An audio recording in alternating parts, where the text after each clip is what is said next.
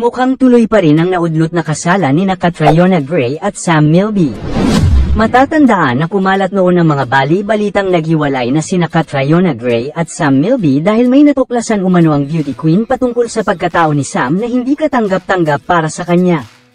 Hindi naman lingid sa kaalaman ng lahat na ilang beses nang naging usap-usapan ang patungkol sa totoong kasarian ni Sam. Ngayon natuklasan na umano ito mismo ni Catriona na mayroong nakarelasyon na lalaki ang kanyang nobyo na naging dahilan ng kanilang hindi pagkakaunawaan. Sa mga naglabasan pang ang impormasyon ay si Sam mismo ang nakipaghiwalay kay Catriona upang makaiwas sa isyu at para hindi na rin kumalat pa sa social media ang lahat. May mga nagsasabi pang ang totoong dahilan ng hiwalayan ay ang pagkakamove ng kanilang kasal.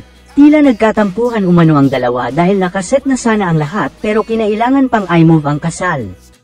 Iginiit naman noon ng Cornerstone Management na kinabibilangan pareho ni Sam at Catriona na hindi naman naghiwalay ang dalawa, may pinagdadaanan lamang umano ang relasyon ng dalawa at inaayos naman nila ito. Bahagi ng pahayag ng talent management company, We at Cornerstone, as the talent management agency representing artists Sam Milby and Catriona Gray, would like to address the recent rumors surrounding their relationship.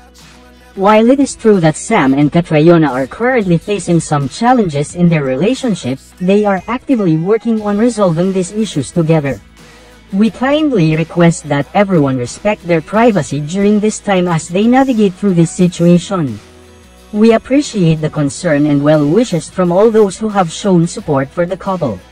Nakiusap ang Cornerstone na bigyan muna ng pribadong panahon ang dalawa habang pinaplansya nila ang kanilang gusot. Samantala, mukhang nagkaayos na din ang magkasintahan dahil spotted nga silang sweet sa isa't isa sa dinaluhan nilang event. Sa isang Instagram post noong Sabado, April 20, ibinahagi ng negosyanteng si Pinky Tobiano ang video kung saan sweet na nag-uusap sina Catriona at Sam. Saad pa nito sa caption, "The hit won't stop this sweet couple Cat and Sam and we are all here to celebrate Ericsson's B-Day." Ang tinutukoy niyang Erickson ay si Erickson Raimundo, ang big boss ng Cornerstone Entertainment, ang management company ni Catriona at Sam. Tila terno pa nga ang outfit ng dalawa, parehas kasi silang naka-floral print o OOTD. Sa comment section naman ng naturang post ay marami ang agad kinilig at umasang baka matutuloy na nga ang kasal ni Sam at Catriona dahil kitang-kita naman na all is well na. Narito nga ang ilan sa komento ng netizens. "Akala ko talaga maghihiwalay na sila. Buti na lang matindi kapit nila sa isa't isa. Sana tuloy na. Yes, okay na sila. Happy for them." Samantala, hindi ito ang unang beses na nakitang magkasama sina Sam at Catriona matapos lumabas ang balitang hiwalay na sila. Noong February 8, tila binasag ng engaged couple ang hinala sa kanilang relasyon nang maispatan silang magkasama. Sa litratong in-upload ni John Pratt sa Instagram, makikita ang tila pakikipag-double date nila ng kanyang asawa na si Isabel kina Catriona at Sam. Nagkabalikan sila kasi okay na okay daw ang kanilang samahan ngayon. Oo, as in, nag-uusap sila, nagkakakuan, nagkakaharutan, di ba? Katulad nga nito sa birthday ng kanyang manager, si Erickson.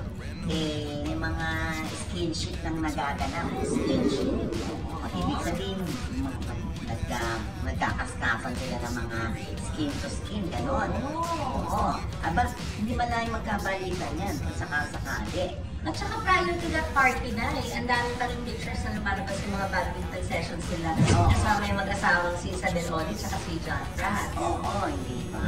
So, hindi nga malayo. No? Lalo na, sabi ng kausap ko una, nag-uusap lang yung dalawa, pinaayos lang yung problema, at yung kasal daw, baka daw, diba? Pero syempre, yan yung mga nakakarating lang naman sa atin, ano? Pero sana yung nakakarating na yan sa atin, sana totoo. Nay, may nakakita pa kung suot na ni Catriona Gray.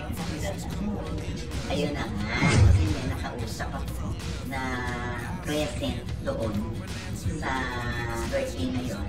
Wala raw siyang napansin. Good evening sa inyong lahat. Ito po ang inyong lingkod, Juvel Rosales. Ano pa nga ba ang inyong isinusulsol sa akin? Ay! Imarites mo na, dali. Good evening po sa inyong lahat, sa aking mga subscriber dyan, sa Facebook, maraming salamat sa inyong mga suporta sa akin. Meron na tayong 51,000 followers. And of course, sa YouTube, meron na tayong 1.39,000 subscribers. Maraming salamat po sa inyong lahat. So, let's jump up sa ating topic for this evening. So, ang topic natin for this evening, guys, is all about Catriona Gray and Sam Milby. So, pag-uusapan natin si Catriona at si Sam Milby, kung saan nga ay spotted sila sa isang birthday party. Matatandaan nga ay nagkalamat ang kanilang relasyon dahil nga may nagsasabi na hindi na daw matutuloy ang kanilang kasal ni Sam Milby at Catriona. Ngunit ay nakita sila sa isang party na sweet silang dalawa. At sinasabi nga ng mga netizen na parang nagkabalikan na nga silang dalawa. So ano ang masasabi ninyo sa topic na ito? So sa atin, ang masasabi natin is masaya tayo para kay Sam Milby, no? At saka kay Catriona na magkasama na sila ulit. Masaya tayo na may isang couple na magiging successful ang kanilang marriage. Kasi hindi naman tayo katulad sa iba dyan na mga bitter.